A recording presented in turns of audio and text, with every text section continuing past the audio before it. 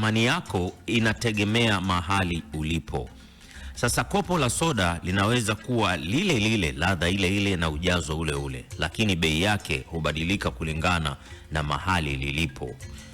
Dukani ni bei ndogo, restaurant ni bei nyingine, airport ni bei kubwa zaidi, ndani ya ndege thamani yake hupanda zaidi.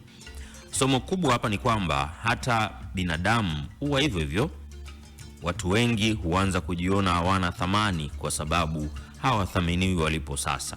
Wanasahau kuwa wakati mwingine tatizo si uwezo wao, tatizo ni mazingira walio ndani yake.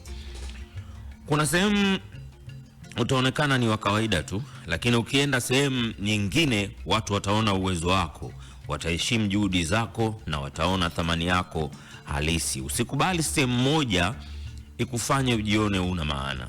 Mshumaa una thamani kubwa mchana, lakini usiku ndio unakuwa mwanga muhimu zaidi. Ujumbe wa kwenye motisha ni kwamba ukiona upati thamani unayostahili, usijichukie.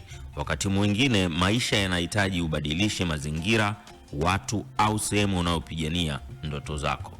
Na hitimisho kwenye motisha ni kwamba usikate tamaa kwa sababu tu huonekani wa muhimu mahali ulipo sasa. Huenda kuna sehemu dunia inakusubiri uwezo wako uangaze zaidi kuliko ulivyo kufikiria.